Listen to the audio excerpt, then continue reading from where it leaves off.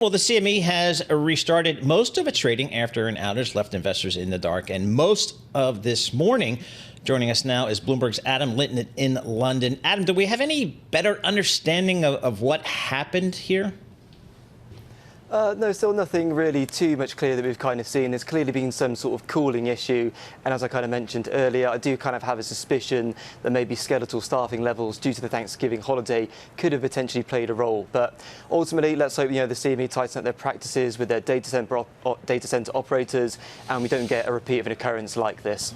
Yeah, Adam, I mean, it's quite dangerous to have this going on no matter what time of the day, right? We spoke to some traders and one said that some market participants will take advantage of possible difference in prices, but the majority might pause trading for risk reasons.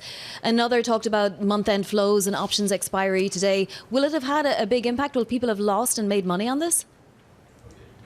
I mean, it's hard to tell. We'll probably see more stories about this in the coming days. But in terms of my kind of vantage point, in Europe, we saw a bit of a widening in some of the FX spreads, which is pretty unusual. Fortunately, due to Europe's deep pools of liquidity, they didn't really get too much out of hand. Yep. I'm sure there's a lot of frustration caused for traders. But ultimately, we've kind of got through this. There's not really been a market kind of contagion story here.